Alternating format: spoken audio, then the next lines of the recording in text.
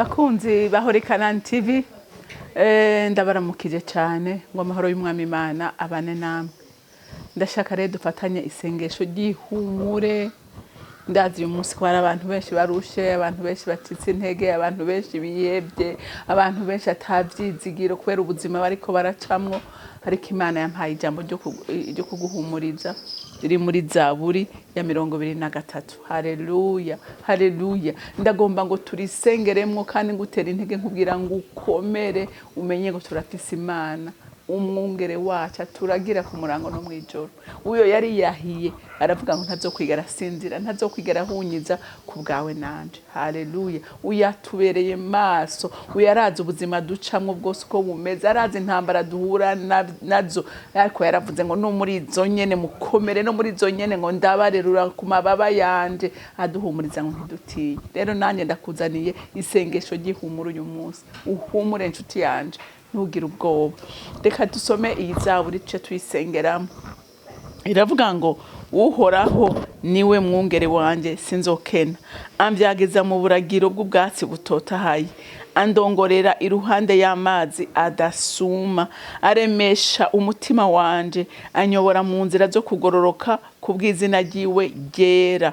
Mbere naho noca mu mwonga w'igitutu c'urupfu, sinzogira ikibi ntinya, kuko ari kumwe nanje. Inyobozo yiwe n'ubuhiri bwawe nivyo bimpumuriza. Antegurira imeza mu maso y'abasi banje, wasize amavuta mu mutwe, igikombe canje kirasesekaye. Nukuri ivyiza n'imbabazi bizonkurikira imisi yose y'ukubaho kwanje, nanje nzoba mu ngoro y'uhoraho ibihe byose. Amen. Haleluya, haleluya. Bantu b'Imana, uyu yari Dawidi yahuye n'intambara ziteye ubwoba kuva akiri umwana muto. Haleluya. Ariko icyatumye Dawidi akomera, yari yaramenyanye n'Imana. Haleluya. Yari yarazirikiye umutima we ku Mana, bituma Imana inamwirata. Iravuga ngo mu bantu mw'isi yose bafise umutima umpimbara n'umuntu yitwa Dawidi. Kubera ko Imana yavuze ko ahimbagwa n'umutima wa Dawidi. Dawidi yari afise umutima wihana. Dawidi yari afise umutima uhimbaza. Dawidi amaze kuba n'umwami ntiyatinye gutambira Imana, mbetse ngo n'impuzu ziramuva ko kubera umunezero yari afise.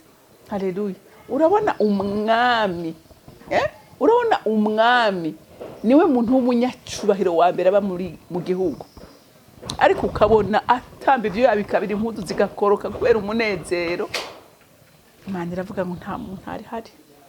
Bantu b'Imana, burya ivyubahiro Imana iha abantu biratuma bumva umengo hari ibintu batokora, hari ibintu batokora. Ariko we aravuga ngo nta yindi Mana nkwiye gutambira, nta yindi Mana, ni Imana yindi nkwiye gutambirwa.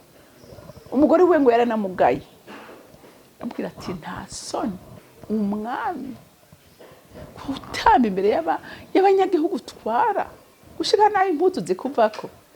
Aramubwira ati reka ndayitambire. Haleluya. Ati yakuye ku bwami isi irabumpa. Imana yandindiye muri rya shamba ikandinda zadubu na zantare.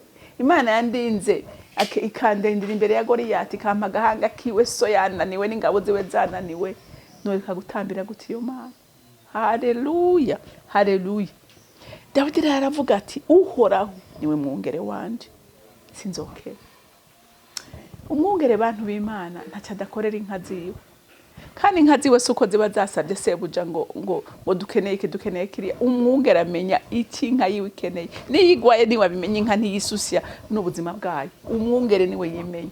Dawidi rero aravuga ati nanje ubuzima bwanje naburekuriye mu Mana. Haleluya, kuko ari yo mwungere wanje. Haleluya.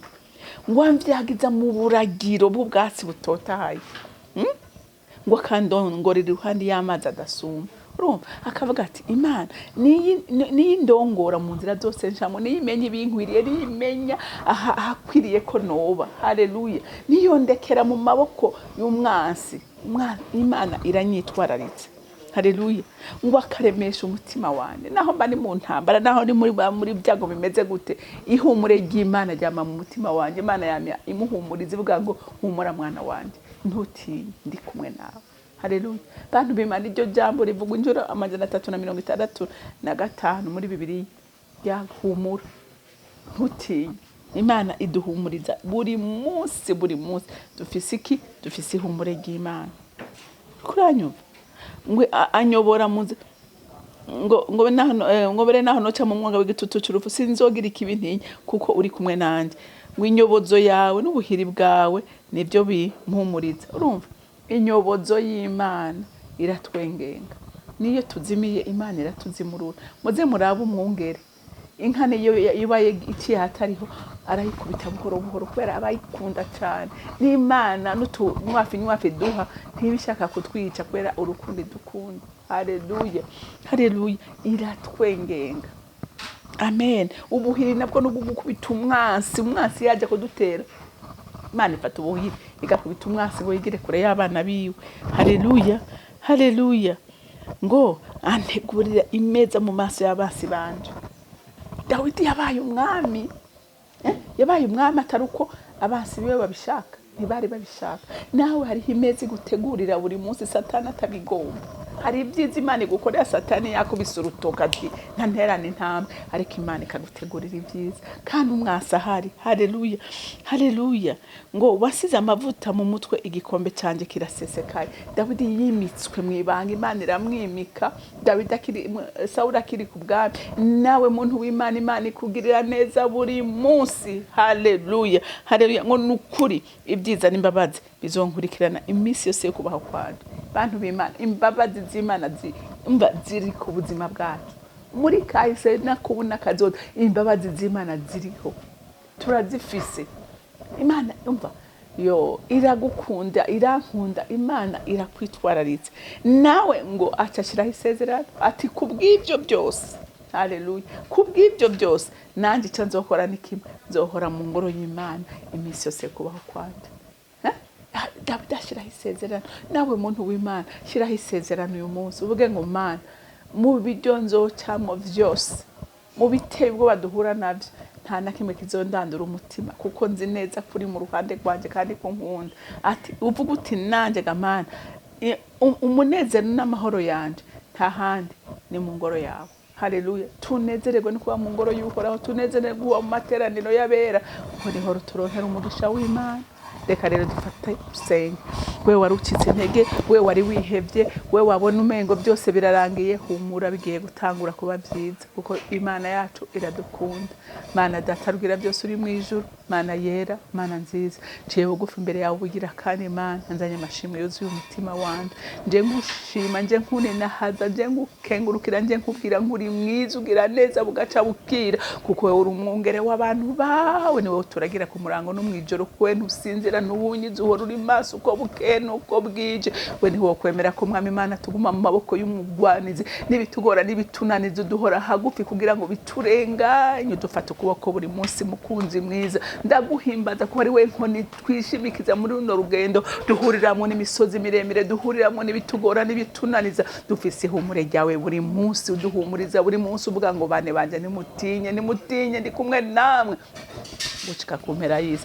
Uravuga ngo sinzobata sinzobareka, ndabakunda, ndabafitiye urukundo rwinshi. Wa Mana we utogushima ninde utogushimira baturuka he bakomoka he. Ungirira ubuntu, ndagushimira bene data bose bagirira ubuntu. Oh haleluya. Bagushime nawe wemere wakira amashimwe yacu. Nta kindi Mwami Imana tukwiye gukora atari kunena hazi izina ryawe. Dawidi yari yaraguhishuriwe neza, aramenya kuri Imana nyamana, aramenya kuri umubyeyi wa bose, aramenya kuri umutabazi wiwe, aramenya ko ari we utimutegurira ameza basi batabishaka, aramenya neza ko ari we wamwimitse mu maso y'abamwanka, umusiga amavuta yawe igikombe kiraseseka Sawuli kihari, umwimura ku bwami uramwimika. Wa Mana we wogereranywa nande, woringanira nande. Reka abana bawe bumva ihumura, bari bacitse intege, bari bihevye, bari bihebuye, abavyizigiro byari vyatakaye, ndabasenge ngo basure mu inkomezi zawe Mwami Imana, bizere kuri Imana yera, kuri Imana nziza, kuri Imana ikundana, kuri Imana idatoranya ku butoni, kuri Imana igwishiriza imvura babi n'abeza ikakiriza izuba ryabo bose.